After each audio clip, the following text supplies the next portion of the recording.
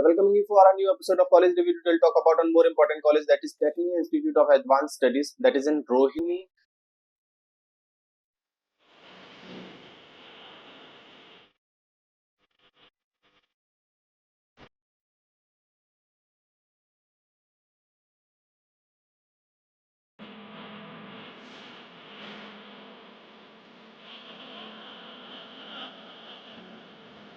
This college is A grade institute. This college is approved by IP University. This college will give you many of the courses like MBA, BBA, BCA. But today we'll talk about the management courses as well as the other courses also. बात करते हैं programmes की, कौन कौन से programmes offer करेगा. This college will give you MBA degree which is for 2 year, MCA degree for 3 years, BBA degree for 3 years, but may be आने वाले टाइम में 4 साल का भी हो जाए. BCA डिग्री फॉर 3 ईयर्स और BGMC. अब हम बात करते हैं MBA की. First of all will talk about the MBA full time degree which is for 2 years. This college is approve by the IP university. IP university से MBA provide कराने की कोशिश करता है ये कॉलेज. MBA डिग्री 2 साल का प्रोग्राम होगा.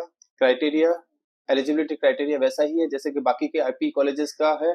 Minimum 50% is required in your 10th, 12th and graduation. उसके बाद आपने कैट का एंट्रेंस एग्जाम दिया होना चाहिए. कैट के एंट्रेंस एग्जाम के बाद आप काउंसलिंग में पार्टिसिपेट कर सकते हैं. काउंसलिंग में पार्टिसिपेट करने के लिए IP यूनिवर्सिटी का फॉर्म भरना होगा.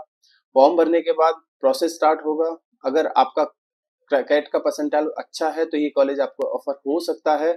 अगर कैट के थ्रू आपको प्रोसेस में नहीं पार्टिसिपेट करने के बाद आपको कॉलेज अलॉट नहीं हुआ तो CMET के थ्रू ही आपको चांस देगा. और CMET के बाद भी अगर सीटें फुल नहीं हो पाती हैं तो ये कॉलेज आपको CET के थ्रू एडमिशन प्रोवाइड कराएगा. बात करता हूँ BBA की. BBA 3 साल का है, आने वाले टाइम में 4 साल का भी हो सकता है. BBA का एलिजिबिलिटी क्राइटेरिया 10+2 में 50% होना चाहिए. इंग्लिश एज ए कोर और इलेक्टिव और फंक्शनल आपके पास सब्जेक्ट मस्ट है, होना चाहिए आपके पास. क्राइटेरिया वैसा ही है. CET का एंट्रेंस एग्जाम होना चाहिए आपके पास. अगर CET में अच्छी रैंक आती है तो टेक्निकल इंस्टीट्यूट आपको अलॉट किया जा सकता है यूनिवर्सिटी की तरफ से. अगर नहीं उतनी रैंक आती है तो आपको CUT का, अगर CET का एंट्रेंस एग्जाम नहीं दिया तो CUT के थ्रू भी आपको ऑफर देगा. लेकिन अगर CET के थ्रू एडमिशन नहीं फिल हो पाते यूनिवर्सिटी के या कॉलेज के किसी तरह से तो CUT वाले बच्चों को भी मौका मिलेगा बाद में. बात करते हैं BGMC की. 3 साल का प्रोग्राम है. एलिजिबिलिटी क्राइटेरिया वैसा ही है जैसे 10+2 में 50% रिक्वायर्ड है. इसके अलावा English as a core elective और फंक्शन आपके पास होना चाहिए. BCA की बात करें तो BCA 3 साल का प्रोग्राम है. अब 10+2 में 50% तो रिक्वायरमेंट है ही. इसके साथ साथ इंग्लिश आपको होना चाहिए एज ए कंपल्सरी सब्जेक्ट. उसके बाद अगर मैं इनटेक की बात करूं 2023-2024 में लास्ट ईयर का इनटेक की अगर मैं बात करूं तो MBA में 2 शिफ्ट में प्रोग्राम रन होता था. 40 सीट्स मॉर्निंग शिफ्ट में थी कॉलेज के पास, 40 सीट्स इवनिंग शिफ्ट में थी. Total number of seats for the MBA programme was 80 था. अब हो सकता है इस साल इंक्रीज हो जाए. ये अभी नोटिफिकेशन आएगा, पता लगेगा यूनिवर्सिटी की साइड से. Department of information communication master of MCA. अगर मैं MCA की बात करूं तो सेकंड शिफ्ट में 2 साल का प्रोग्राम था. फर्स्ट शिफ्ट में 30 सीट्स थी, सेकंड शिफ्ट में 30 सीट्स थी. Total number of seats MCA में 60 सीट्स थी कॉलेज के पास. BBA की अगर मैं बात करूं तो टोटल नंबर ऑफ सीट्स 240 थी. मॉर्निंग शिफ्ट में 120 एंड इवनिंग शिफ्ट में 120. अगर मैं बात करूं BCA की तो BCA में टोटल सीट्स 240 थी कॉलेज के पास. मॉर्निंग शिफ्ट में 120 seats and the evening shift में 120. BGMC की बात करें तो टोटल 240 सीट्स हैं कॉलेज के पास. मॉर्निंग शिफ्ट में 120 एंड इवनिंग शिफ्ट में 120. अगर मैं प्रोग्राम की फीस की बात करूं तो MBA का टोटल फीस स्ट्रक्चर 1 साल का 1,24,000, BBA का 1 साल का 86,000, BGMC का 83,000 एंड BCA का 84,000 पर ईयर के हिसाब से कॉलेज आपसे चार्ज करेगा. ये लास्ट ईयर की फीस है. इस साल हो सकता है कुछ इंक्रीमेंट आपको देखने को मिल जाए. अगर मैं बात करूं ऑन एन एवरेज प्लेसमेंट्स की तो ऑन एन एवरेज MCA का जो कॉलेज क्लेम करता है 4 लाख पर एनम का क्लेम करता है. एवरेज BGMC का 2 लाख पर एनम क्लेम करता है. BBA का 3 से 4 लाख पर एनम क्लेम करता है. MBA का 6 लाख क्लेम करता है.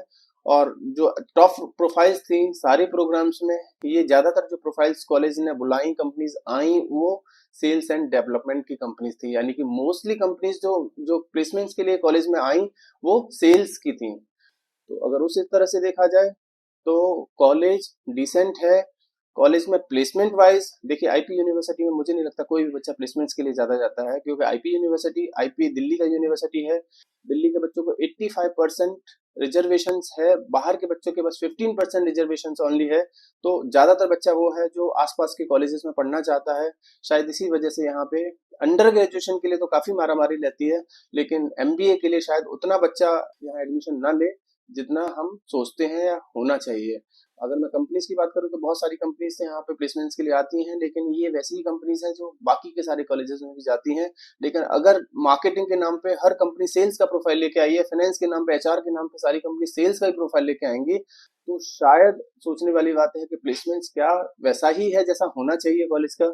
बाकी किस रैंक पे बीबीए अलॉट हो सकता है ये कॉलेज, किस रैंक पे एमबीए कॉलेज अलॉट हो सकता है, एमसीए अलॉट हो सकता है या बीजेएमसी अलॉट हो सकता है, ये आप हमारे गिवन नंबर पे कॉल करके पता कर सकते हैं। हमें कॉल करिए हमारे गिवन नंबर पे या व्हाट्सअप करिए। हम आपको आईपी यूनिवर्सिटी के रिगार्डिंग, इस कॉलेज के रिगार्डिंग या आईपी यूनिवर्सिटी के किसी और कॉलेज के रिगार्डिंग कुछ भी पूछना है तो शायद हम आपको सॉल्व कर पाएंगे आपकी क्वेरीज। Thank you.